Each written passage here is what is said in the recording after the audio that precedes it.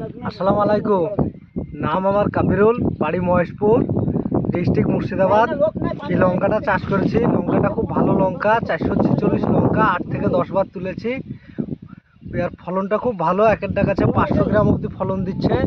পরবর্তীকালে চাষটা খুব ফলনদায়ক চাষ।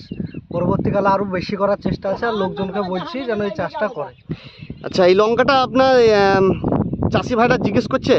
হ্যাঁ, জিজ্ঞেস তো করছে। মার্কেটে বেচতে কোনো অসুবিধা হচ্ছে? না না, মার্কেটে দাম বেশি এমনি লঙ্কার থেকে, এমনি লঙ্কা 5-7 টাকা কিলো বেশি। এই কতটুকু জায়গা আছে এটা?